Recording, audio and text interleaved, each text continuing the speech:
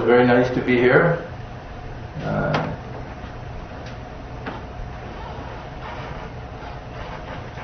As Adi said, I remember when just a small group was here, before there was any house or anything like that. The early days when Swami Swananji used to come, sometimes Pankajla would come with him, he would come sometimes.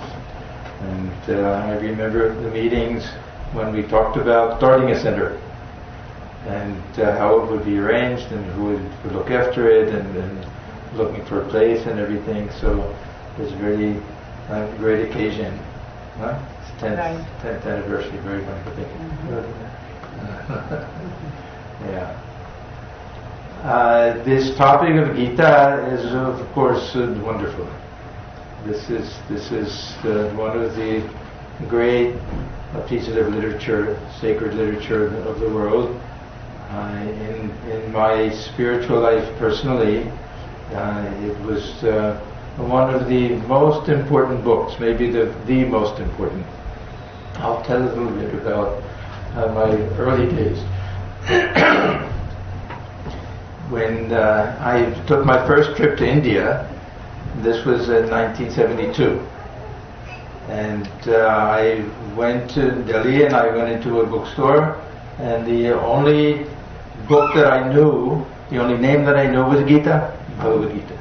So I asked for a copy of Bhagavad Gita, and the bookstore salesman sold me this copy, this edition, which is was translated by Swami Swarupananda.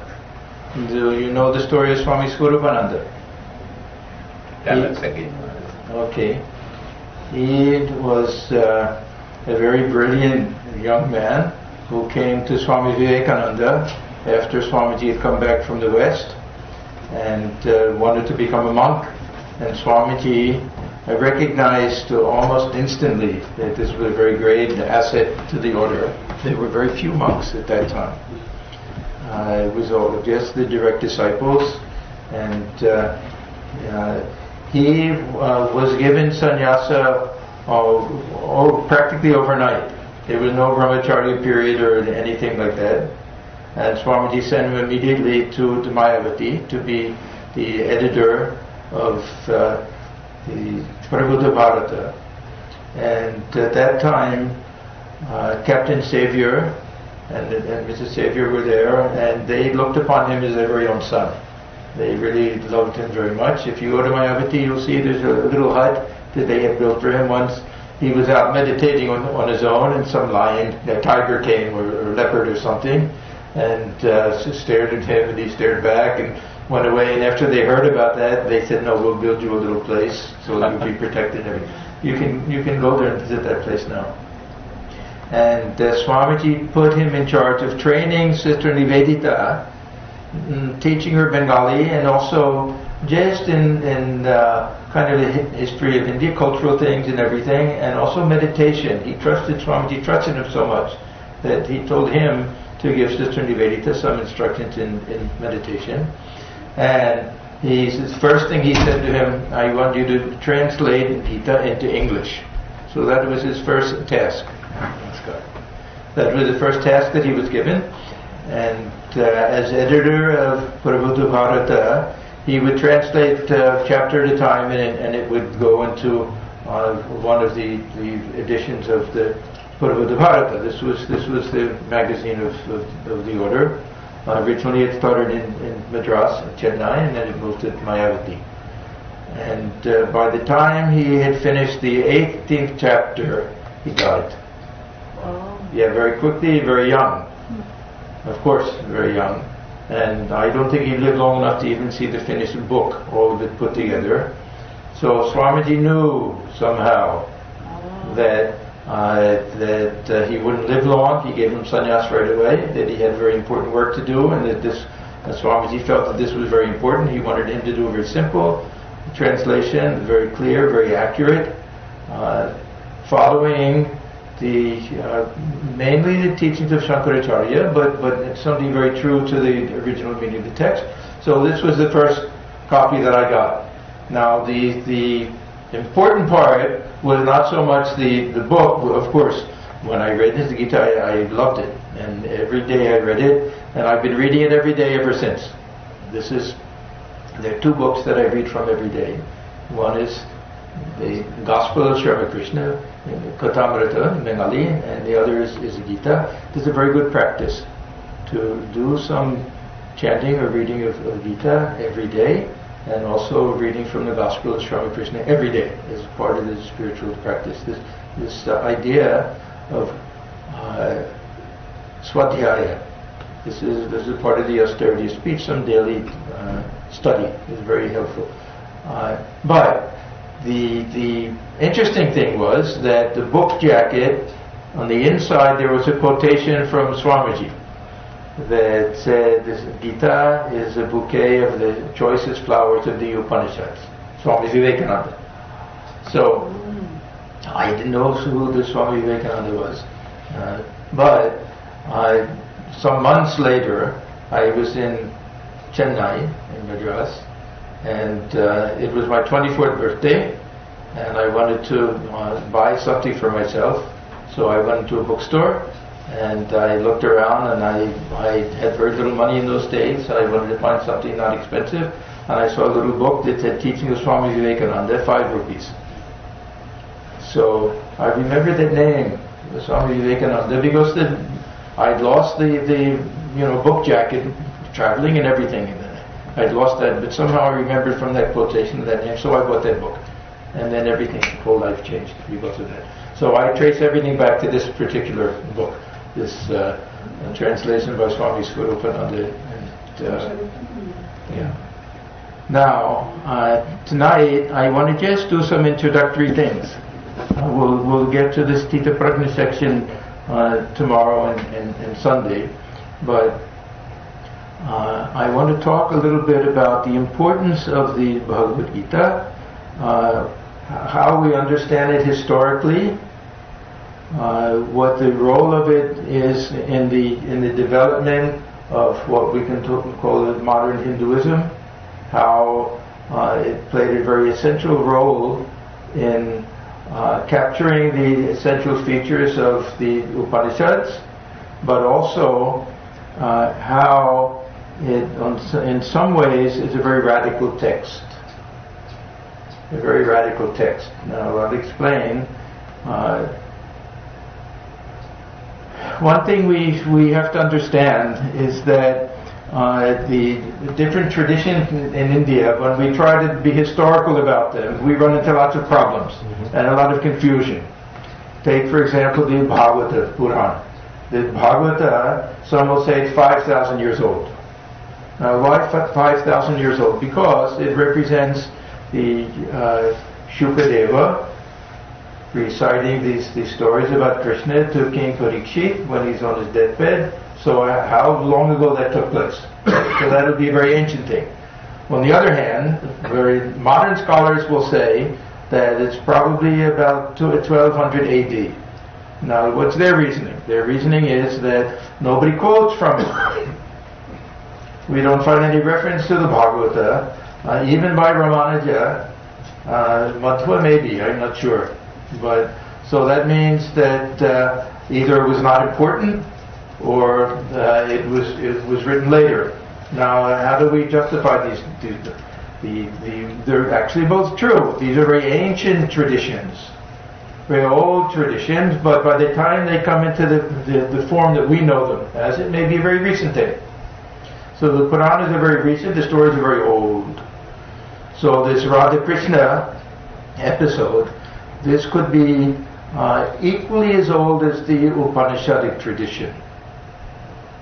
There's a theory that what we know as the Upanishadic tradition was limited very much just to the Brahmins and the intellectuals and everything, and that probably there was a popular religious tradition, which the scholars now call it Bhagavata tradition, not to be confused with the Purana, the Bhagavata tradition.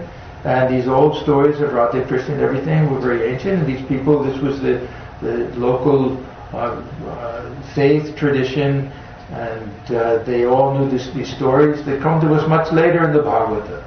Now the same thing can be true about this Mahabharata and Gita. That if we trace it back to the Kurukshetra war, that would be very, very ancient. If we want to date this Gita to that time when Vyasa composed it and the Sannyas saw it and told it to the blind king, it will be a very ancient thing. If we want to try to trace it back to the actual composition of it, historically, then it'll be a different type of date. Right? So, my personal feeling is that this was a transitional text. And I will say that probably it was after the Buddhist movement came into being. And the Buddhist movement, I will say, is probably around the time that the Upanishadic tradition was in force, but at the same time, this Upanishadic tradition, probably very few people knew about it. So this is the Vedic period, when there's all this yajna and everything going on, and this is what Buddha was kind of rebelling against. He was rebelling against the power of the priestcraft, the Brahmanism. The Brahmins had all the power, that there was too much ritual and killing of animals, and the yajna. All of these things were going on. It was highly restrictive. So at this time we had this idea, this adhikaravada. This was the belief that Shruti, which meant the Vedas, and so that would be all the priestly portions of it, what we call the Karma Kanda, the Samhita portion and the Brahmana portion, that would be strictly in the hands of the Brahmin priests. And they would have to be the ones that would do worship on your behalf. On behalf of the householder, they would have to hire a Brahmin priest. He would be we'd have the Yajamana. The Yajamana would be the one who's getting the benefit of it. But he's not doing any of the puja.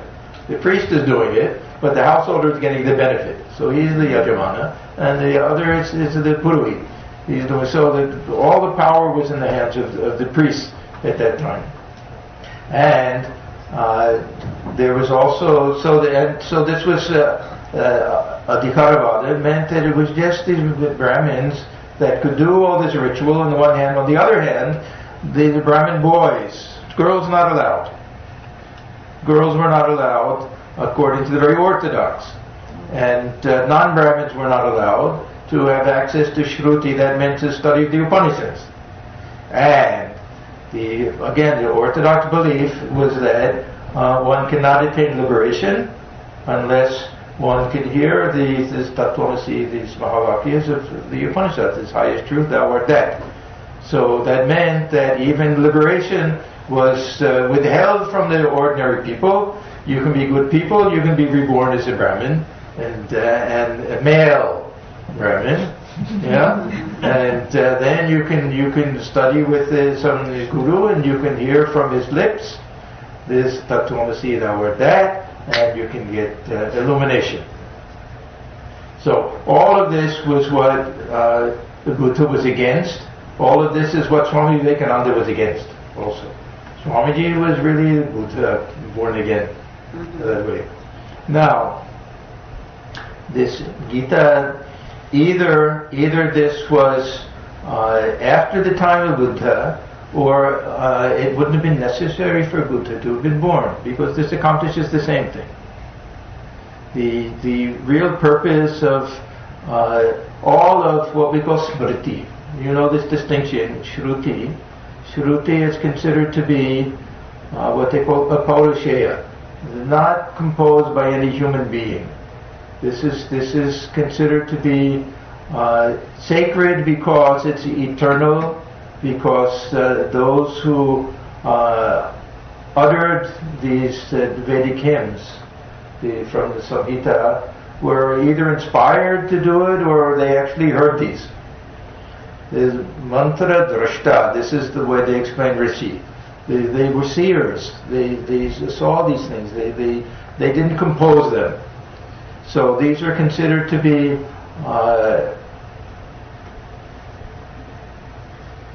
revealed literature in the highest possible sense.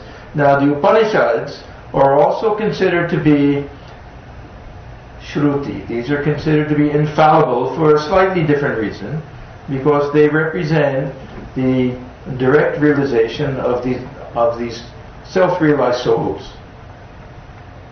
So their utterances, when they say Tattvamasi, that was out of the fullness of their own realization. That's also infallible. So that you can't question Shruti. This is the highest possible authority that we have. Pramana. This is the highest Pramana.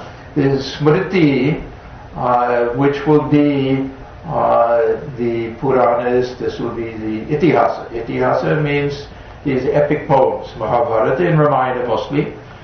These two, and then other texts, these philosophical texts, all of that, that'll all belong to Smriti, Manu, everything else.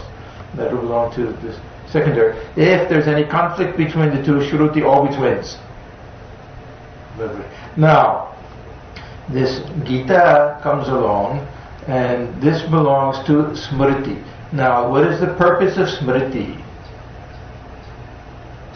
There is a special significance to Smriti, and especially Gita.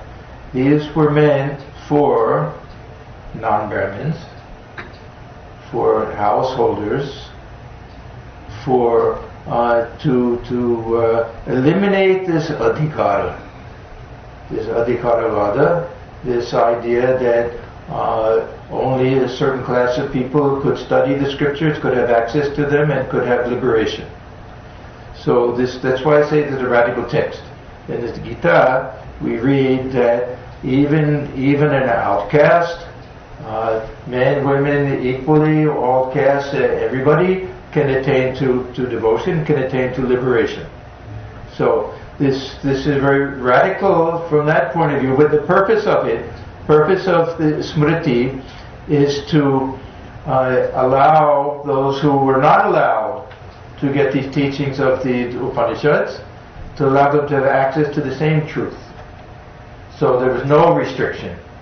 And in a sense, the Gita, so it'll be meant for the non-Brahmins, not restricted to non-Brahmins, but for those who had no other access, for householders.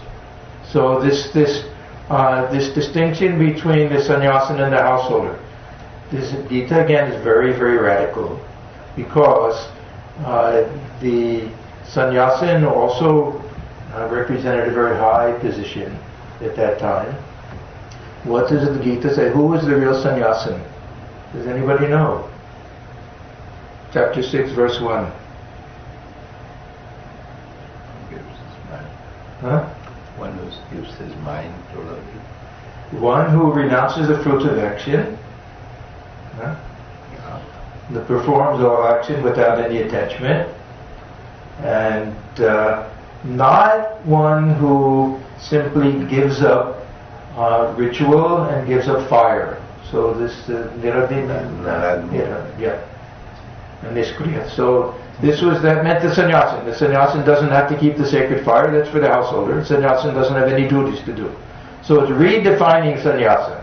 That means the householder who performs action without detachment is the real sannyasi and the real yogi. Yes. Right. So very radical. Those who Brahmins and those sannyasin will say ridiculous. How can you call them a sannyasin? They're married people and everything, but the Gita is giving the essence of all of these things. Then yajna. What does the Gita do with yajna? It completely changes the meaning of yajna. Yajna means that a purohit has to do. You can't do it yourself. The priest has to do it on your behalf. And it has to be following all the rituals, and if one single mantra is mispronounced, the whole thing is wasted. If one step is skipped, the whole thing is wasted. If everything is done correctly, then it's because of the priest himself that the fruits will come about. Nothing to do with God. Nothing to do with the devas, whether they decide they like it or they don't like it. If the mantras are done correctly, all the steps are done, no mistakes are made, automatically it has to be successful, yajna. This was the belief. at that time. So the Gita, it completely redefines yajna. That everything we do is a yajna. When we take food, it's a yajna. We're offering it. Anything that's done as an offering to God is a yajna. So we see that the Gita becomes a very radical type of text that way. And it's the transition period between the Vedic religion and what we might want to call modern Hinduism. There's no real term for it. The term Hinduism, we know, it was a foreign term. Sanatana Dharma, whatever we think. Now the Vedanta, of course, that also slides, that remains. The Vedantic Upanishadic teaching that remains, that gets transferred from the Vedic tradition to the modern Hindu tradition, but the yajna gets left behind, and all of the Vedic gods and goddesses get left behind. So we have two distinct different periods, right? Now we don't worship Indra, Varuna, Yama, Agni, all of that. Now we have our Shiva, Narayana, or Durga, Ganesha, all of that. You won't find them. If you find the Shiva in the Vedic period, it'll be Rudra, it'll be a different thing. So with complete transition took place, a very, very distinct break. And this break was partly because of historical reasons, partly because of Buddha himself, and partly because of Gita. Or else Gita was a reflection of that historical change that was taking place. Or continuation of this other tradition that we don't know much about, because it was all simple people. It was never written down. Nobody bothered to memorize it. The Vedic tradition was so strict that every single syllable of the Veda had to be kept exactly the way that it was. Father to son they would be responsible for a whole branch, or two branches, or three branches. We have our Chaturvedis and our Trivedis and Dvivedis and all of that. The son, when he's 4, 5, 6 years old, he'll start memorizing. The father will he won't understand a word of it, and he'll have the whole thing memorized. And what the father does, I've seen some videos of this. The father will take the son's head in his hands, and every time the udatta, the tone goes up, he'll raise the child's head up. And then he'll push it down. And the other to the side. So that's how they would learn all of that. But these other traditions, these will be folk traditions. They'll be in poetry. So we don't have any record of these things. Now, the other thing about Gita, we hear certain things and we read certain things, that this is Sarva Veda Vedanta Sangraha Sara, that this is the essence of all of the teachings of the Vedas and Vedanta. As if it's nothing else. Now this also is not that it's not true, that whatever teachings we find in the Upanishads we'll find in Gita. But do we find anything new in Gita that we don't find in the Upanishads? Question. I'm asking. That means I want an answer. Huh? What do we find in Gita that we don't find in the Upanishads? 4 paths, different paths. 4 yogas. Okay. Now very good. Okay. Now the Upanishadic period, the Vedic period, and we'll find Shankaracharya. We'll get to Shankaracharya because his influence was so great that we have no idea how great his influence was. That he wrote the first commentary on the Gita that we know about. But we're almost certain that there was an earlier commentary that he's writing and refuting. That if you read his commentary, you'll find, why is he always arguing this one point over and over again? Because there was an earlier school of thought that wanted to combine karma and jnana, combine these two together. So he had a specific purpose in refuting some earlier commentary, which we don't even know about. We know that I don't remember the name, but his influence was so great that because he wrote a commentary on Gita, that this came to be known as one of the Prasthanatraya. Now this is three pillars of Vedanta. We have the Upanishads, we have Gita, and we have Brahma Sutra. He wrote commentaries on all of them, on all of the major Upanishads. If he wrote a commentary on it, instantly that made it a major Upanishad. If you wrote a commentary on this, then everybody had to do it. If you wanted to have the Sampradaya, you have to have a commentary on the major Upanishads and on Gita and on Brahma Sutra. Because of Shankaracharya. There's Mahavakyas. Why do we have these four Mahavakyas? You know, we have four Mahavakyas. Yeah. Why? I don't know. Yes. And why those four? Yeah. Shankaracharya. Shankaracharya. Now, not that he said there are four Mahavakyas. We don't know how these things happened. I was asked to write an article, so this is in my mind. I wrote about this. And I wrote to Swami Atmajnanananda because he's a very good scholar about these things.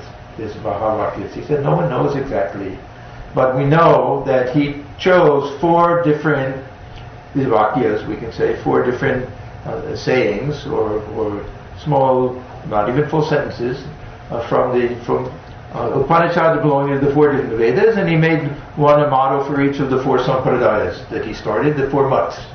In the Darshanami Sampradaya, there are four different headquarters, you can say, the four parts of India, and each one will have its own Veda and its own verse, and probably because of that he did that, later these came to be known as the four Mahavakyas. Otherwise there could be different ones. Other traditions may say that there are other Mahavakyas, this and that. So his influence was so great, and his commentary on Gita was so important that there was a period of time in which some people speculated that he wrote the Gita himself. Of course we don't accept that now, but just to show how important that was. Now, the four yogas. Okay. Now, in we'll find with Shankaracharya that he's old-fashioned a little bit. That he was a bit of a upholder of some of the Vedic traditions and things. So he was orthodox with regard to this Adhikaravada and the exclusion of non-Brahmins and just male and not female. He upheld a lot of those things, and Swamiji didn't like it. Swamiji never forgave Shankaracharya for that. He said, look at the heart of Buddha, how we opened it up for everybody. And Shankaracharya, how he followed this restrictive thing. And yet he loved Shankaracharya's interpretations and explanations of things. But the early tradition, I mentioned there was Karmakanda and Jnanakanda. These are the two separate portions of the Vedas. And even in Gita, we'll find that there are two different theories of karma yoga and jnana yoga. One is that we do karma first, and then we follow it by jnana. So we'll have that one verse that this yoga ludha and yoga ruksha, those who want to attain to the state of yoga, they'll do karma. Once they've attained to that state and they want to have a realization, they'll give up everything. Then shama karan lucha. Then they'll follow this path just of jnana yoga. So we have that theory. Other theory is that through any of the yogas directly we can go. Janaka and others, that through karma alone they attain to the highest. So we'll have this karma yoga theory, which is not simply subsidiary. It's understood that way also, but it's also understood as an independent path. So that will be there in Gita. We don't have this, at least not with any emphasis, in the Upanishads. The Upanishads will be really Jnana Yoga. Now, what about Raja Yoga? Do we have that in the Upanishads? No, we really don't. Do we find anything about Samadhi or any of this, the pranayama and all of these things? These belong to a separate school, this Patanjali Raja Yoga school. Meditation in the Upanishads doesn't mean making the mind free from vrittis, the Didhyasana. This means deep reflection on the truth of these Mahavakyas. I am that. It means the mind is active. The mind is not still. The mind is very, very deeply contemplating the truth. First we hear it, Shravana, then Manana, then we think about it, and then we go deeper and deeper into it till we have that realization, and we say, yes, I am that. And we have some type of realization. So it's not the same as the Raja Yoga that we'll find in Gita. Then, so we have Karma Yoga. Then Jnana Yoga, that will be more or less what we'll find in the Upanishads with some differences. And we'll see that. There are also some differences there. And then Bhakti Yoga. Do we have Bhakti Yoga in the Upanishads? Do we have devotion? Do we have personal God in the Upanishads? Swamiji says that, or an avatar, do we have that in the Upanishads? Swamiji says you can find the germ of these things there, but they don't blossom until later. So maybe we can find a little bit of the germ of that, the very seed there. A little sprout may be coming up, but we don't see the fruits of it until much later. So these 4 yogas, and of course we have 18 yogas. Each chapter is a different yoga. But Swamiji really made famous this idea of 4 yogas. I don't know how well known this idea was of specifically 4 separate ones before Swamiji's time. Maybe it was, but he really, because of the books that he wrote and the 4 yogas, that he made that a very popular type of idea. Okay, so this is one thing. So we'll have this 4 yogas. Then what else? We've already mentioned a few things through this path of devotion. There's avatar. Right? Avatar. Yeah. Do we see this in the Upanishads? Then, how about Sankhya philosophy? Now, Sankhya is very interesting. Sankhya plays a very, very important role in Gita. Sankhya is one of the schools that Shankaracharya refutes in Brahma Sutra. But at the same time, see this very interesting relationship between Vedanta and Sankhya philosophy. Vedanta accepts Sankhya on all of the steps up to the roof, and then before it gets to the roof, it discards it. So even in the Upanishads, we'll see some Sankhya. Sankhya is very old. As old as Vedanta. So we'll see some references to Guna, we'll see all the cosmology and all of that. So Vedanta accepts a lot of Sankhya. And Gita is highly emphasized. There's so much talk of the Gunas. Sankhya philosophy and Yoga philosophy are very, very similar. These are kind of sister schools, Sankhya and Yoga. When we read about Sankhya Yoga here, it doesn't mean the same thing. Oh. Yeah.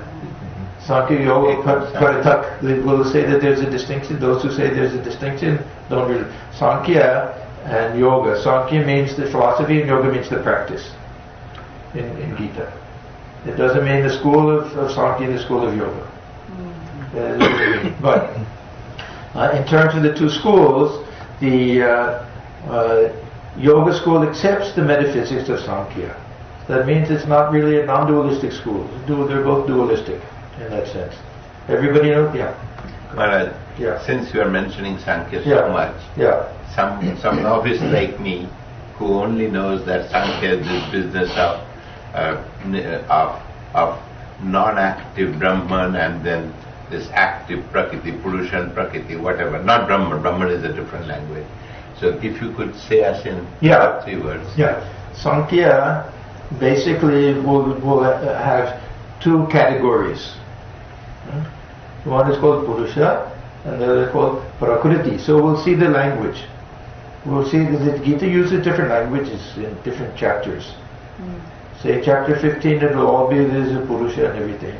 Other chapters we'll see more Brahman, we'll see more Atman, Advaita. So it borrows, even the language is borrowing from different traditions that way. Anyhow, Purusha will be like our Brahman. It'll be pure consciousness, it'll be inactive, it doesn't do anything. And Prakriti will be the evolutionary portion. This is what we call nature. So nature will have two different aspects to it. It'll be manifest and unmanifest. So it's an endless chain or cycle of the period of manifestation, and then pralaya, period on manifestation, where everything is involuted. This is Swamiji's theory of evolution. So everything's in seed form, and then it comes up again, another wave, so it goes down, and it just continues that way, endless, beginningless, endless. Whether we take that as a philosophical contradiction or not is a different story. But anyhow, so this is the Sankhya philosophy that this is Prakriti. Prakriti means that real, it doesn't mean just this physical nature. It means also when everything is involuted and everything it'll go back to not consciousness, not Brahman. It'll go back to some unmanifest form. The first manifestation will be some type of cosmic mind, Mahat, something like that. And then all of this Ankara, it'll evolve in such a way that we get to the point where the subtle elements will turn into physical elements, and then they'll go on. Then we'll have our evolution, the way we understand it that way. And so it has a cosmology to it. This understanding of evolution. It has a psychology to it. That everything is composed of the three gunas. So the guna theory, of course, is very important. We'll find hints of this places in the Upanishads, but in Gita is very, very important. The three gunas. What are the three gunas? Okay. What do they mean? Sattva is tranquility. Okay. Rajas is activity. Maharaj, please repeat that. Sattva is tranquility, calmness, peacefulness, everything. And Rajas will be activity. Now, but we'll see that when we talk about nature, Swamiji has a famous quotation where we have to conquer nature, internal and external, right? So this nature, the twofold nature. So external nature will be composed of the three gunas. Internal nature also of the three gunas in a subtle form. So when we say that this external nature is a combination of these three gunas, we can say will be mass, will be tamas, and then energy, mass and energy we have, and then that'll be rajas, and then sattva can be something like mind, whatever. We don't really have a perfect equivalent for that. But internal nature, that means the mind, that means our nature, that we're all a combination, that we have tendencies within us, that we may be too restless, we may be too lazy, we may be calm and peaceful. We're all a mixture, and one will predominate over the other. Even though we're a mixture, that one will have a little power over the others. It'll take precedence over the other. It'll be a little stronger. So the theory of the gunas also becomes a psychology theory. That how do we explain somebody's nature? We explain it in terms of preponderance of one of the three gunas, or a combination of them, or one aspect of their life that they have too much of tamas, lazy with regard to something, but overly ambitious with regard to something else. And then in another area, content, that would be sattva, like that. So this is also part of this prakriti, both for the subtle form, internal form, and gross form, external form, will be composed of these three gunas. Now, because of Shankaracharya, we have this theory of different ways of looking at things. This is called the Paramatmika point of view, Paramatmika, the highest point of view, absolute point of view, and Vyavahavika point of view. Paramatmika will, from that point of view, then Brahman alone is real, Brahman alone exists, everything else is is Maya. So from that point of view, it's impossible to have two categories. That if Brahman don't exist, then we can't say that this Brahman will be Purusha. Then we can't say then this Prakriti exists as something real and something independent. Now it's not completely independent because it needs the presence of consciousness in order to function. So they're codependent, but the Purusha is the main one. There's some type of codependence. They use this illustration.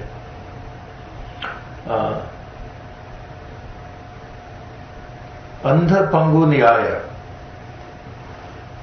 This Andha Pangu Nyaya. The example of a lame person and a blind person. And so there are two friends, one is lame and one is blind, and they have to go someplace, and they say, how will we do it? And the blind person who can walk says to the lame person, you get in my shoulders. And the lame person says, I'll direct you, I'll tell you where to go, and you'll carry me. So this is called Andha Pangu Nyaya. This example of the lame person and the blind person. So they work together to in separate but codependent, and at the same time the Purusha is the one that remains all the time. So the Purusha is that's the real important one. That has to be there, and that's the unchanging one. Sometimes they'll give the illustration. So what is the connection between the two? Sandhya, proximity. So they give another example that the king is sitting there on his throne, and all of the ministers come, and they all say, okay, now my job is to do this, and the king will look and go. That means, okay, go ahead and do it. He's not taking part in anything, but he has to be. He gives his. He has to be present somehow. So we'll give these types of illustrations. So. From the Vyavaharika point of view, that means the relative point of view, this post-Maya point of view, we can accept everything about the Sankhya philosophy. We can even accept the evolution and all of these things, the cycles and the gunas and everything. But ultimately, from the highest point of view, Brahman alone is real, Brahman alone exists. So the what we call Prakriti has to be explained in terms of Brahman, either a projection of Brahman, or a misreading of Brahman, or a manifestation of Brahman. We have all different theories about that. Nobody knows how to explain this universe. The Advaitins have a big problem with it, because they're starting out with the Brahman, who is the sole reality, and they're not allowing Brahman to do anything. Right? Brahman can't do anything. No hands, no nothing. He's niriha, niskriya. He's actionless. He can't do anything. They painted Brahman into a corner. So what can he do? How do we explain this universe? So they have to come up with this Maya theory. Right? Then in the Sankhya, they have a nice way of explaining it, but then we lose this oneness. So each of the schools has their own explanation. All of them are flawed in a certain way. They're flawed in a certain way. So this is why Sri Ramakrishna, he's smarter than all of them. He says there's no way to understand this creation. He puts an end to the whole thing. He said, how can we hope to understand with this tiny mind that we have to do? So Vedanta will accept all of this up until the point where everything will merge into that one reality. And then when this Maya disappears, then we say that Brahman alone is real. Yeah, good. So Maharaj, this you don't have to answer right now, later on during dinner or something. So is in Sankhya then, there is a point that so long as Purusha and Prakriti both are codependent and exist, is there such a thing called God realization, or you understand all of this? Oh yeah. No, Sankhya, they have their own theory. Kaivalya. Oh. Yeah, they have their own theory. And now the other thing that's also tricky is that the individual soul is also called Purusha, and there are many of them. So they're also dualistic in that sense. They're all individual souls. They're all the individual souls. Now, Swamiji gives an illustration, one way of understanding reincarnation and God realization, which is straight out of the Sankhya playbook. He says that as if the soul is reading a book. Every time we turn a page, another day goes by. Then we finish a chapter, one lifetime has gone by, then there's another chapter. That's another lifetime. By the time we finish the book, then we simply set it aside. There's no more reading of the book. We remain what we always were. There's the Purusha. So the soul is not going anywhere. Nature is one thing after another. And then the Purusha remains just in its state of Kaivalya. Kaivalya means just itself. Aloneness. There's a beautiful expression in Christian theology. They say that it's a flight from the alone to the alone. This is the spiritual journey that we're on. Flight from the alone to the alone. That we're reaching that point where we don't see another. That there's only oneness. That state cannot be explained. Whether we're aware that we're not reading a book anymore, or just that everything is ended and we just are, at that point we are that Purusha. So then we get mixed up with our Vedanta philosophy. Do we say that it was that Purusha the whole time? Reflection. So this reflection theory, this Pratibimbavada, this is very interesting. This Pratibimbavada is this doctrine that Thakur gives the illustration, the sun reflected in a container of water. Now, this is traditionally used by the Advaitins, right? It's very commonly used to explain how the one can appear as the many. Now, Sri Ramakrishna, he has his own language sometimes. He'll say something is a Vedantic illustration and something is Puranic illustration. Now, Puranic for him means that it can be Sankhya, it can be dualistic, it can be devotional, but not Advaitic that way. He says that this reflection theory is a Puranic theory. Now, why does he say that? It has this Advaitic meaning that there's only one sun, that there aren't the individual souls, there's no reality to them, it's just the reflected sun. But it requires this prakriti. It requires something to be reflected into. So that will be, that theory of reflection could work for this Sankhya model also. Because there has to be a real jar, which is the physical body. There has to be real water, which is the mind. And this sun, which is not doing anything. But that's catching the reflection of it. Giving the impression of all these individual souls. Okay, so what do we have so far? We have the 4 yogas. Avatar. We have the avatar. We have bhakti yoga. Now, just the personal God. This in the Upanishadic period. What time do we go to? 9. 9 o'clock. Okay. The Upanishadic period. What do we have? We have Brahman. Right. Then we have Ishvara. Then we have Hiranyagarbha. Then we have this Virat. We have the different kind of step-down theory. We're starting with the highest conception, and then Brahman. Now, I'll tell you another interesting theory about the Upanishads. That Shankaracharya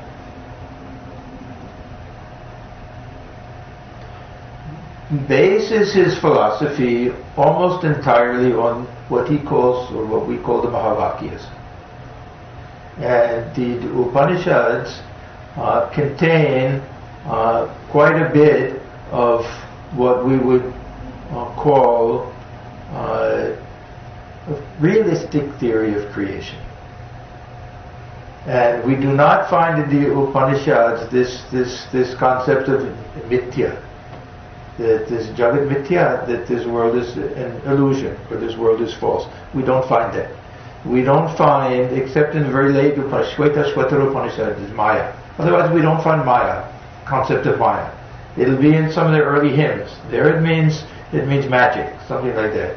But this philosophical doctrine that there's no real creation, that it's just a false appearance or manifest, something like that, we don't really find in the Upanishads. What do we find as a theory of creation in the Upanishads?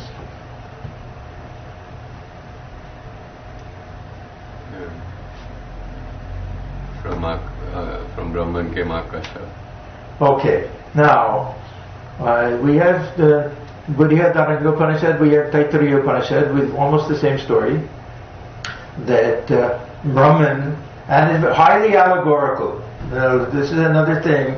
I have a very strong idea that the Upanishad should be read as poetry, not simply as philosophy of poetry. There's so much of allegory in it, things that we can't possibly take literally. Anyhow, the Brahman is sitting around. Okay, now how does Brahman sit around? What's he sitting on? What does that mean? And looking around. Now, no eyes. How is he going to look around? And he sees that there's nothing to see. So he's feeling lonely. Yeah, that one. Yeah. He's feeling lonely. We presume that this is what the Upanishad is saying. And he thinks to himself, wouldn't it be nice if I could become many? Right? Now, we generally think that if there's Chit Shakti, if the Shakti belongs to Brahman, so now we're talking about Saguna Brahman, if we want to be technical. If it belongs to it, that it'll this power to project the universe the way we project a dream. Something like that. Now, when we project a dream, does it happen little by little? All at once it's there. The whole universe is there. If this is a dream, and say I wake from a dream and somebody says, what did you see in the dream? I say, well, I saw a beautiful table was there. And he says, who made it? Well, who made the table? Unless I dreamt that somebody made it, then who made it? I made it. I dreamt it. Huh? It's just a projection of my mind. How do you ask that question? Who made it? Right? There's no even how did I see it? Huh? Did I see it because I have eyes? Did that character in the dream has eyes? Did I think about it because there's a brain inside of that character in the dream? No, I dreamt it. That sleeping eye is responsible for the whole thing. So this is a little bit like this Advaitic theory. So Shankaracharya, he develops these types of theories. The universe should come into existence all at once if it's a projection. But when Brahma says, may I become many, then what comes into existence? Akasha. Huh? Now, what happens to Akasha? Akasha is an element. Akasha also thinks, may I be many. So highly allegorical. Then what comes into existence? Fire. Or what? Wind. Huh? Wind next or fire? Anyhow, one of them. Fire, wind. Then so then it's more or less a materialistic concept. Huh? Then they combine, and then we have a universe, and this Brahman becomes a creator. Now, Advaita Vedanta. This is another interesting concept. Advaita. What do we mean by Advaita Vedanta? We have three concepts. Brahma Satyam. Now, what does that mean? Brahman is real, but Brahman alone is real. Brahman alone exists. And now there will be different schools. Brahman alone is real is very easy to say that everything else is transitory, everything else is changing. This reality in Vedanta means unchanging. So we can say that everything else has a relative existence. If we want to be very strict, we will say no. We will say that the Brahman alone this is the only thing that we're going to start with the Brahman alone. That's all that we have. So Brahma Satyam Jagat Mithya. Now this again, Jagat Mithya, what does this mean?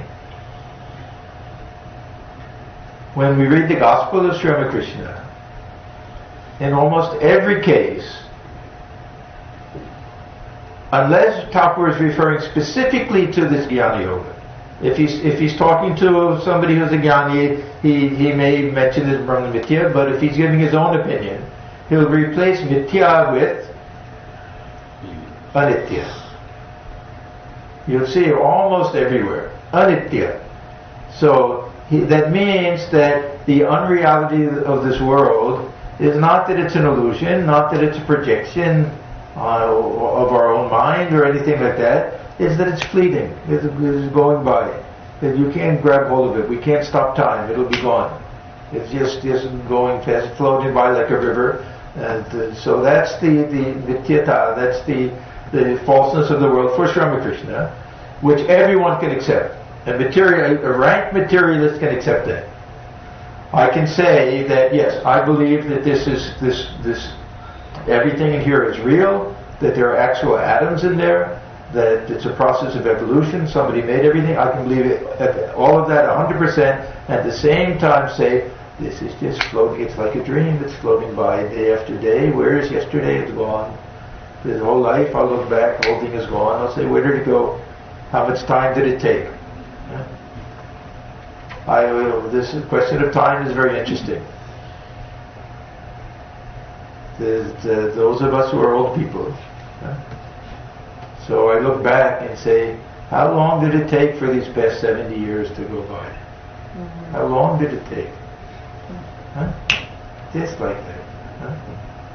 Was it longer than yesterday, that one day, or those 70 years?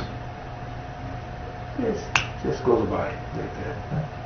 Yes, this life is fleeting. Nothing to hold on to. So, when we look at this world in terms of time, then we can look at it in terms of physical things, and we can say, yes, there's something solid and real there. But if we look at it in terms of our experience of it, then it just is going by like that.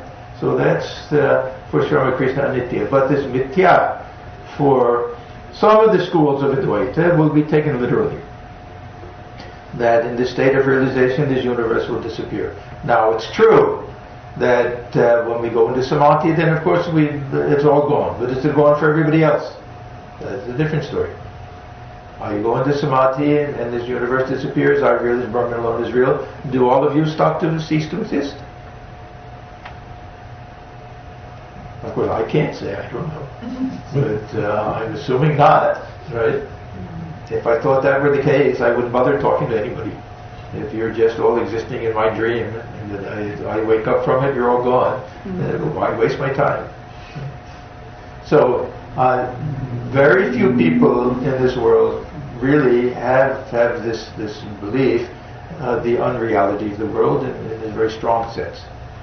So this is the second one. Then the third one, so we have Brahma Satyam Jagat Mithya, Jiva Brahma Eva Napara. Jiva Brahma Eva is Brahman alone, not Aparaha and nothing else. So there's no distinction. Not that the Jiva becomes a Brahman or merges in Brahman. Jiva is Brahman. Now, every Advaitin can accept this.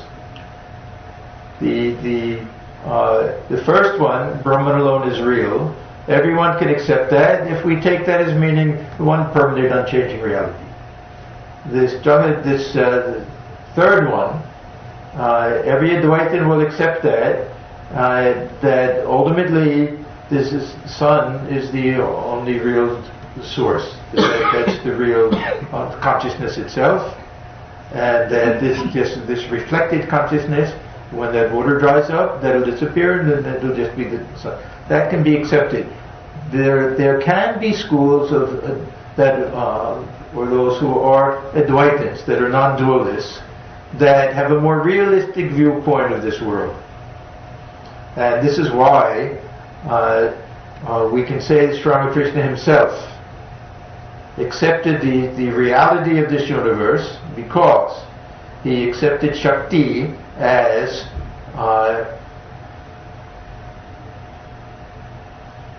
an essential and yet a non-essential aspect of Brahman. Now, why do I say essential yet non-essential? Essentially belongs to Brahman, but doesn't have to be active. So if this universe is existing, Brahman is the source, and projecting it out of it, upholding it and all of that. The universe is not existing, Brahman doesn't need it. Brahman is fine without it. The sun doesn't require anything to be a reflector for it. It can exist on its own. So it doesn't. Does the Brahman have the power of reflection if there's no reflector, if there's no mirror? Potentially it has it, but it doesn't have to be active for Brahman to be Brahman. So this Shakti aspect, it belongs as a secondary quality. It's a quality, but a secondary quality of Brahman. The real qualities of Brahman, and of course we don't use this terminology, will be just consciousness itself, or Satchidananda. This Sat has to be understood in terms of Chit. Now, the Sat, Chit, Ananda, they don't have the same status. The real essential one is consciousness. And the existence of Brahman is conscious existence. When we talk about things existing, this chair exists. How does this chair exist? As a physical object. Right? I say Kunal exists. How does Kunal exist? As a conscious being. Not as a physical object. Right? As a conscious being. So, my existence, I understand my existence in a different way from the existence of this chair. My existence has nothing to do with this physical body. My existence, I know that I exist, independent of any external thing. I know that I exist, I am. This is the nature of consciousness. So when we say Sat, existence of Brahman, it doesn't mean any physical type of existence. The existence of Brahman is the fact that it's conscious. And this Ananda aspect, where does that come from? That's the curious one. Huh? This Ananda aspect really has no logical reason to exist within Brahman, and yet those who attain to that state of oneness with Brahman, when the mind comes down, they're filled with bliss. So we assume that the Brahman has this Ananda aspect to it. That'll be the defining feature of God realization or self-realization. Bliss everywhere, Ananda everywhere, wherever one looks, it's everywhere is Ananda. So we have these. So these will be the primary. If we want to say attributes, we don't like to use that. It's constituents or elements of the Brahman. But this Bahiranga Shakti, this will be the Shakti that's a little bit belongs to Brahman but is external. This will be this Chit Shakti, this power to project this universe. So Sri Ramakrishna, his understanding of Shakti is not very traditional, in the sense that we have Brahman and we have Shakti as two separate things, or that Shakti belongs to Brahman. When he talks about Shakti, he's talking about Brahman itself, possessing Shakti. So that means his conception of Brahman is a more complete conception. His conception of Brahman is that it's a nirguna saguna at the same time, one at the same time. Only the saguna aspect doesn't have to be active all of the time. That's the external side to it, you could say. So if we have to put an ism to Thakur's philosophy, which I'm completely against, we'll say he's a Shakta, and that's it. Yes. What's the advantage of having that condition that Shakti does not have to be active all the time? Like how does that make it a more... Like, what's the need for that, I guess? That's my question. It's not so much a need as an observation. I see. That if we accept this idea that nature is sometimes manifest, sometimes unmanifest. So, at the time of unmanifestation, that means this pralaya and everything, then it'll be dormant. And again, it'll have to, express it. But the same way with an individual. Now, I've given this illustration, I think, before. This is straight out of Swami Swanandaji's way of explaining things. A very beautiful explanation. What is the difference between a woman and a mother? Woman and mother. Okay, now a woman without a child is a woman. Right?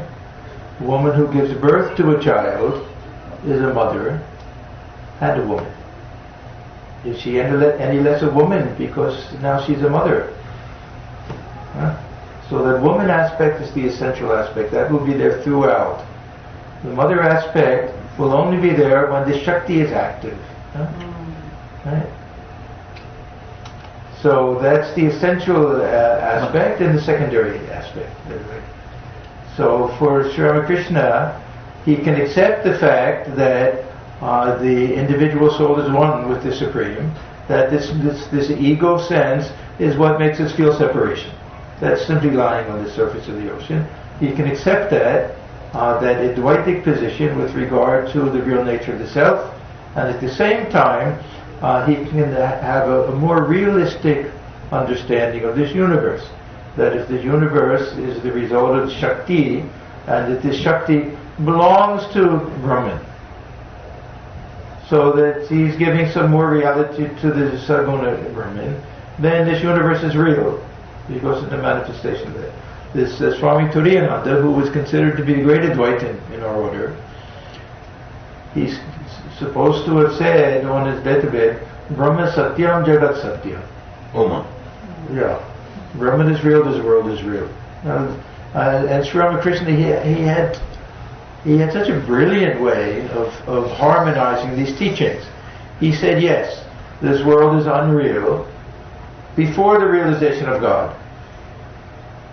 He says we accept the unreality of the world as a working hypothesis, as a way for us to separate the wheat from the chaff. If everything is all mixed up together, the sugar and the sand, and we want to get just the sugar, we have to separate them out. So that means if we accept this idea, then this is a dualistic position, right? There are two categories in this world: Sat, Asat, the real and the unreal, the eternal and the changing. Two, right? So for the Advaitin, everything is this vichara, this vichara model, this path of trying to discriminate, to distinguish, to separate that which is unreal, that means which is changing, that which is dependent, that which has no ultimate reality, from that which is pure consciousness and awareness and everything. So we're taking a dualistic position now. So what is the nature of the self? It's not the body, so I'm separating the body. It's not the mind, the senses, we do all of that. We separate that in order to isolate the real self, pure consciousness within. Right? So he says that this is a position that we take for the sake of sadhana, on this path of jnana yoga, till we get to the roof. Now, once we've reached the roof, then we see that everything we rejected as being separate and outside of the realm of this ultimate reality, we see that that's a manifestation. We see that the steps are made of the same stuff as the roof. That we finally get to the roof and we say, oh, it's the same brick and lime and dust and all of that we saw on the steps.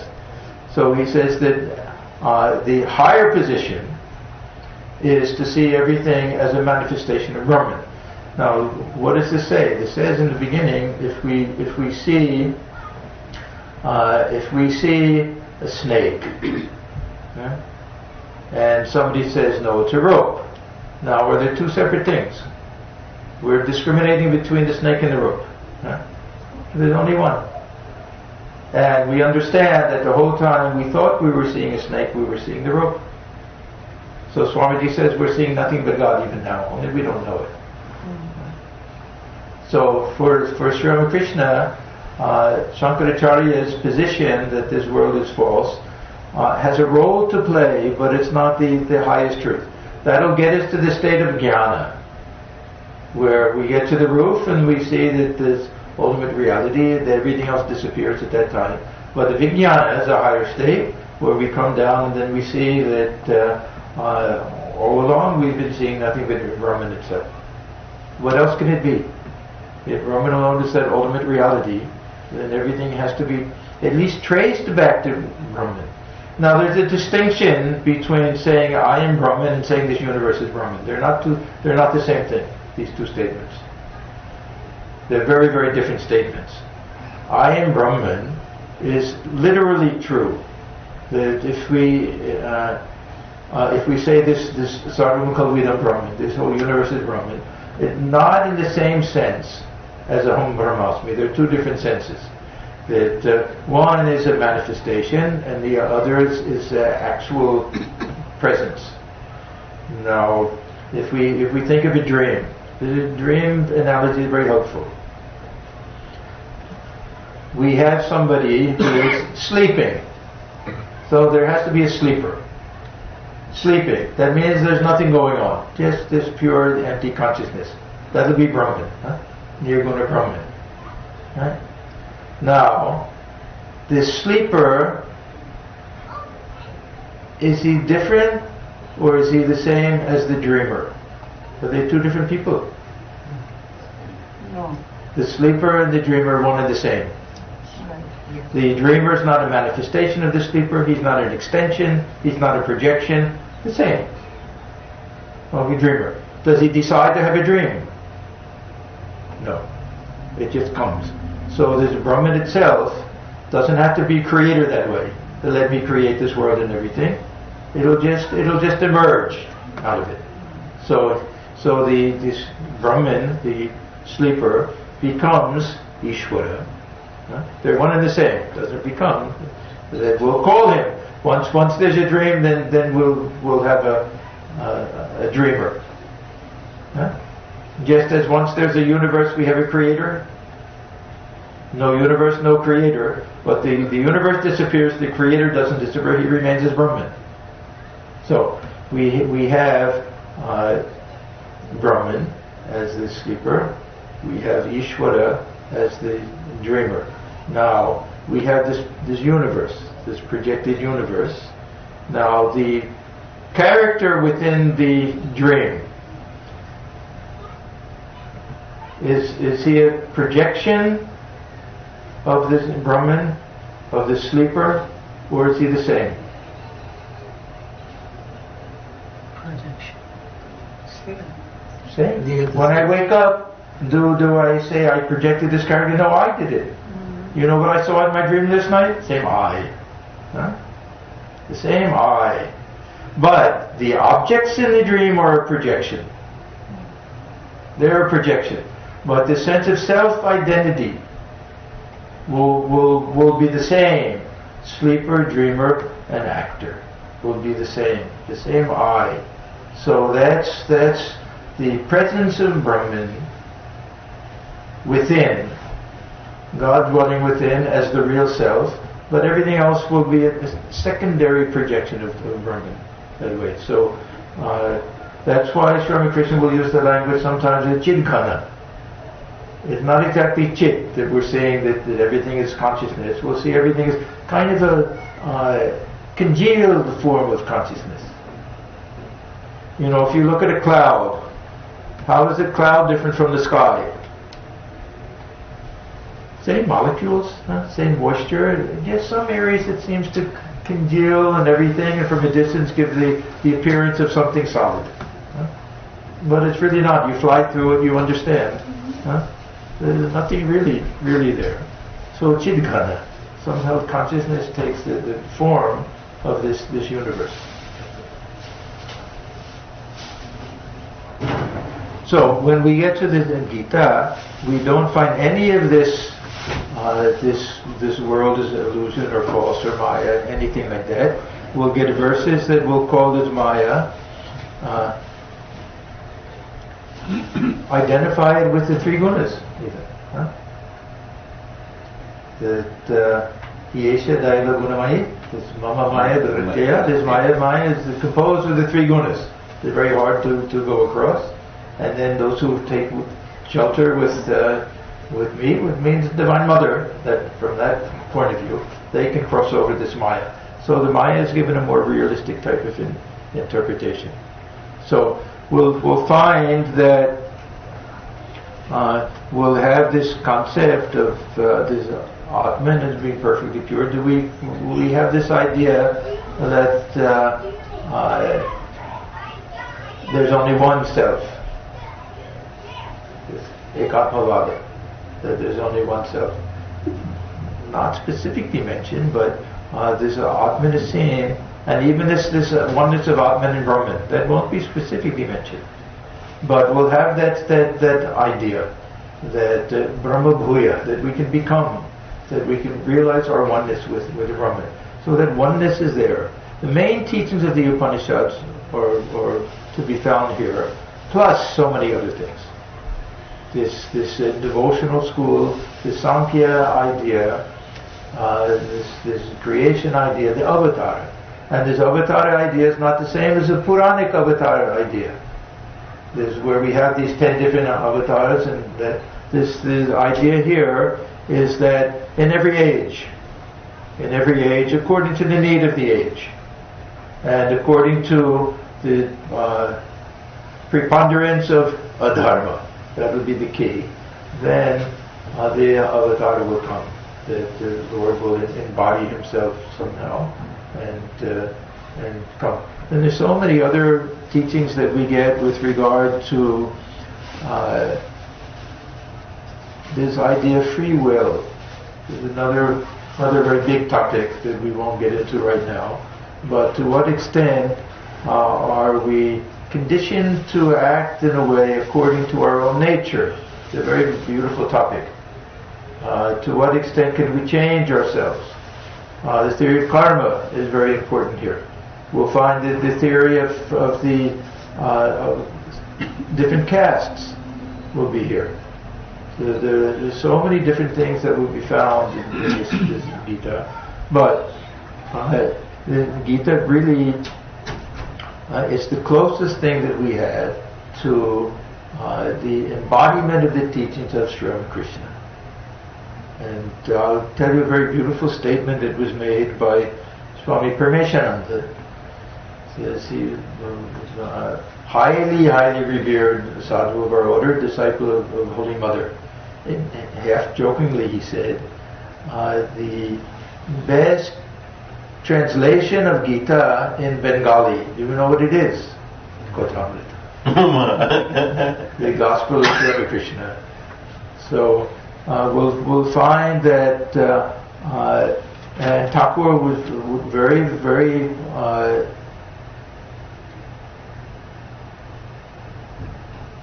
strongly devoted to the study of Gita. He used to say, if you take a sadhu, he may have no other book, he'll carry that one book, Gita.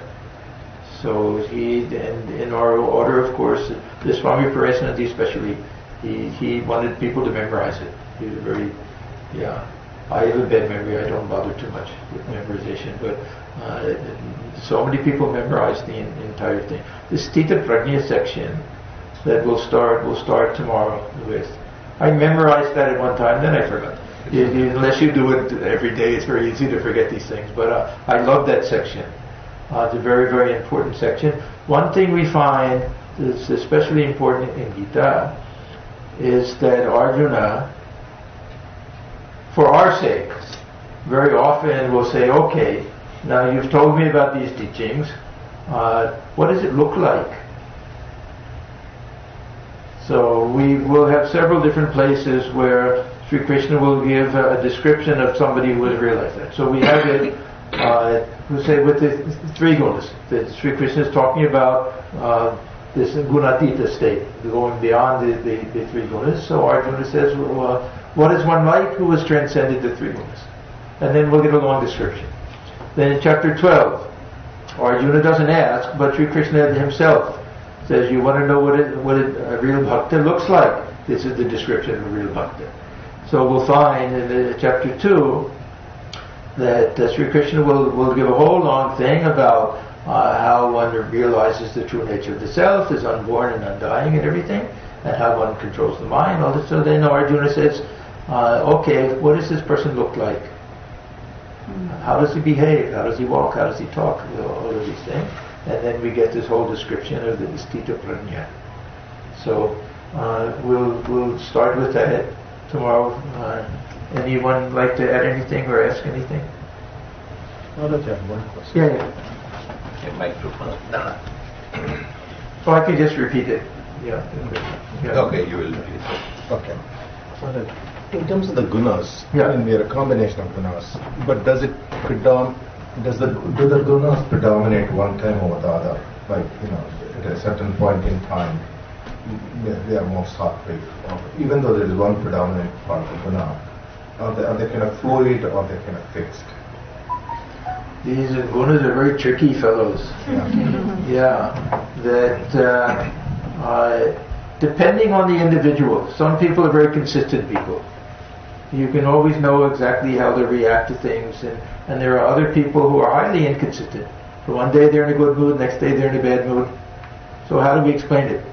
The gunas, so they're and we're also very contradictory people.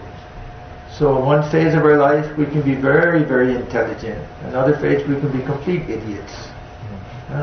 And we see this with people. They're very intelligent people. They'll do such stupid things, ridiculous things. And so what we're trying to do in spiritual life is convert tamas into rajas and rajas into sattva. In fact, when we look at this journey up the ladder to get to the roof, what we're doing is we're going, the first 3 steps will be tamas, then the next 3 will be rajas, and then the last things will be sattva, then we'll get shuddha sattva, and then we'll get beyond all the 3 gunas. So this is what we're trying to do in spiritual life. Spiritual life is not simply that we want to develop a great intellect, we want to be able to have some deep understanding. We have to transform our character and purify the heart. So that means that we have to try to eliminate the tamasic elements and rajasic elements. Tamas kills us. Tamas is really, that's poison. Tamas is if we're stuck in tamas, there's no hope. Rajas, at least we're active in doing something.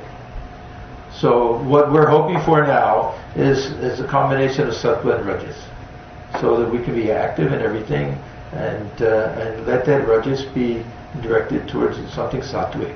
Anyway.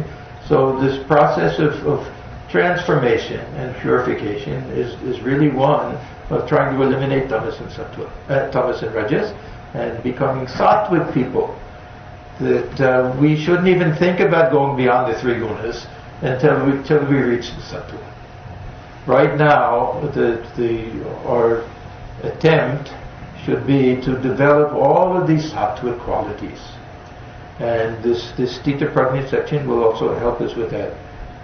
Because sattva eliminates the others. It automatically eliminates it. This is one of the great teachings here, that rajas can only predominate in us by defeating tamas, and sattva by defeating rajas. And Swamiji also emphasized that. That's why Swamiji was so insistent that the tamas that had reached the general people in India, because of so many years of subjugation, that he wanted this rajas to come to India, and the sattva was really tamas masquerading as sattva, he thought, in many cases. So he wanted, that's why Rise Awake, he was constantly saying that. That was India. He didn't use that expression maybe once or twice in the West, almost entirely in India. He wanted to be up and doing that way, to defeat this, get rid of this tamas. And then once we get a little bit active, then we can eliminate these tamasic elements of it and use this rajas to help us in our spiritual practice. Sri Ramakrishna liked this idea of we have some tamasic elements, utilize them. Turn them, we have some feeling of jealousy and envy and I-ness and all of that. let me feel that, or anger and hatred, let me feel that it's all because I want to realize God, and I'm angry because I haven't been able to do it. I'm envious of someone who has beautiful sattvic qualities. I want these things. So that was another way of utilizing them. But jealousy too, right, Maharaj? Jealousy, any of them could be done that way. If we see, who am I jealous of? If I'm jealous of someone with a lot of money, it's not a good thing. If I'm jealous of someone who has can live a beautiful spiritual life, lives near the ashram every day, can go and sit in the temple, all of that, then it's a good thing. That means that I'm increasing my desire to lead a spiritual life. So, yeah, we have to be careful about this. We don't want it to really be that we're jealous of somebody or we hate somebody or anything like that. Or we need jealousy to do anything. Yeah. But if we have those things, then we can utilize them. Yeah. Anything?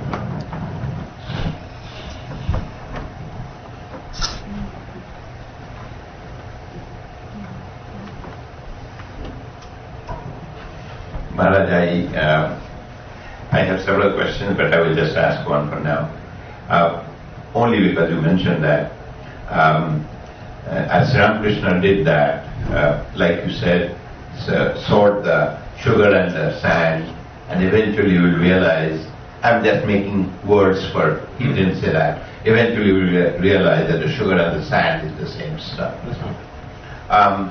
This thing, in that form, does it exist in Upanishads also, or this is, as someone like Ayan Maharaj will say, that this is his contribution or his statement that once you have realized, you will see that the whole universe is... The Sarvam Kalvidam Brahma. That will clearly... So they did have that. Yeah. Even Shankaracharya will have that. But Shankaracharya is always saying not the other side. Yeah. But he'll also say that this what is this universe? It's nothing but wave on the ocean. It belongs to the ocean, that ocean of the mermaids. That way. Yeah. So there's ultimately no contradiction. There's no contradiction. Only there are different schools of Advaita Vedanta that become highly idealistic and will really want to say it's just an illusion, like a dream, doesn't really exist and everything. Generally, we don't take it in that sense, that we're projecting lots of things onto this universe. That it's because of our power of perception that we see things as separate and individual. Even the scientists will say that there's only oneness there. Everything is matter and energy and different forms and shapes and everything. We can take it that way.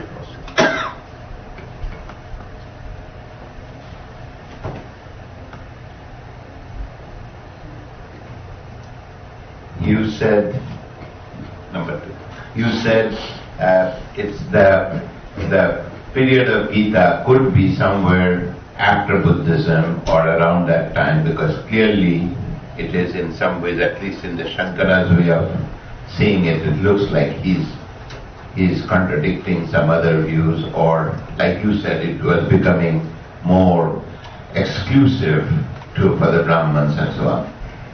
But did you say, I didn't hear that's for sure then, because we know Buddha is 800 BC or whatever. 500. Yeah. So then you are almost saying that it is in parallel with or post-Buddhism, so it is, say, 0 AD or something. No, it could be 400 BC, something like that. Okay. We know from language also that the language of the Upanishads will have some irregularities in it. It'll have, and we know the Vedic Sanskrit is different also. They're highly regular. This is almost our language. Yes, so this is like modern Sanskrit, we can say. So from that point of view also.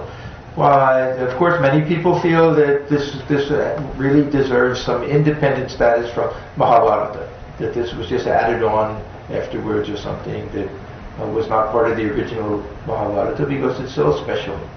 But these aren't very important things to us. But people don't say that it's a composite of many rishis. They don't say that, right? There's no theory like Gita itself is written by different people. No. Yes. Yeah. I'm just curious, to what extent do you think that spiritual practices we do today, like meditation and things like that, to what extent are they correlated with the Buddhism, and to what extent do they break away from the Vedic practices? The majority of meditation techniques taught in this country today are Buddhistic teachings. This mindfulness and vipassana and everything. These come out of Buddhist traditions. Well, what we do in our Ramakrishna Vedanta tradition will take elements from Raja Yoga, it will take elements from Vedanta, and it will also include Bhakti Yoga. So we find all of the yogas helpful. This was a great lesson of Sri Ramakrishna and Swamiji himself. Swamiji didn't really teach the four yogas as something that can be harmonized. This is an interesting distinction. One of our monks said he didn't teach the harmony of the four yogas, but the synthesis of the four yogas. So harmony means that they're four separate things, but they don't clash. So you can show that they don't contradict each other. Synthesis means that we form one yoga, combining all of the teachings of the others. This was really what he wanted. He said that you can follow one or more or all of them, but he really felt the strongest position is that we have the highest jnana, and we also have the deepest devotion, and we also have this perfect control of the mind, and we put everything into practice. We're active people, seeing God everywhere, and serving others, seeing God within them. That they're just not contradicting each other, but that there's a solid oneness to all of these different yogas. So with our meditation also, we combine all of the yogas really into our meditation technique. So it can be highly devotional, and at the same time we use the same process of concentration of mind, Raja Yoga. And that method originates with the Gita, which has also been associated with the Buddhist period, or it won't be associated so much with Buddhism. It'll have more of the Bhakti Yoga. See, the Upanishadic period, meditation was connected with ideas, with thought. The Raja Yoga is more connected with stilling the mind. Mm-hmm. We kind of stilling the mind, but in the sense of one-pointedness, not making it blank, but focusing the mind so deeply on a single point, ekagrata, on one single point, that everything else seems to disappear, or it kind of disappears into that single point. We have a lot of scope within our meditation to try to be very single-minded, or to do some type of lila dhyana, to think of this divine play, to let the mind think about different episodes in the life of Sri Ramakrishna, Holy Mother, Swamiji, like that. So we have a more multifaceted concept of meditation that will provide scope for people of different temperaments also. Those who are more interested in Jnana Yoga and their meditation, they can feel I'm the witness, I'm watching this play of the mind. Those who are more devotional, they won't want to think about that. They want to just get lost in the object of meditation. All of these things fall within the scope of the type of meditation that we do in yoga.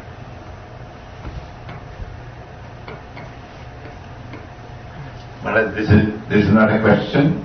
I just wanted to say that I heard from you for the first time many years ago when you came here. You said that this is also a very interesting form of meditation, to think of a day in Sri Ramakrishna's life. So Mahendra M is sitting and Narendra is singing and all of that. Before that I always said meditation had to be something still. But you said no, that by itself is that. If you poke most of the sadhus of our order, you'll find that they'll do something like that. Is that right? Leela Dhyana, yeah. Yeah. Or at the very least, Thakur is sitting there and we're in the room and we feel others are there and if we want we can see, if the cot he's sitting on, this and that, yeah. And give some context to it, some reality to it.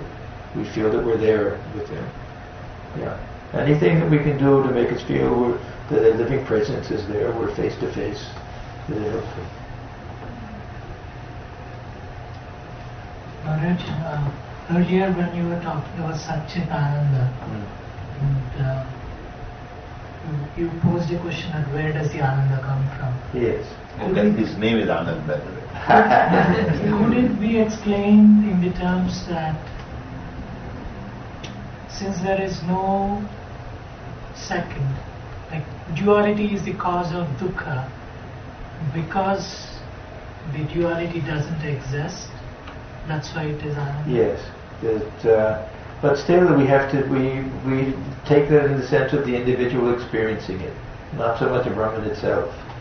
Yes, that we experience this limitlessness, this vastness, like the bird that's out of its cage, or Thakur says that the fish that has been kept in a fishbowl, that we release it in the Ganga, and we see how it just swims in joy all over the place.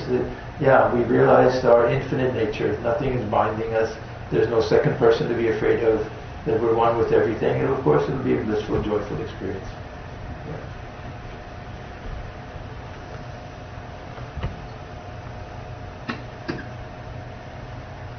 So we'll stop now for tonight. Huh?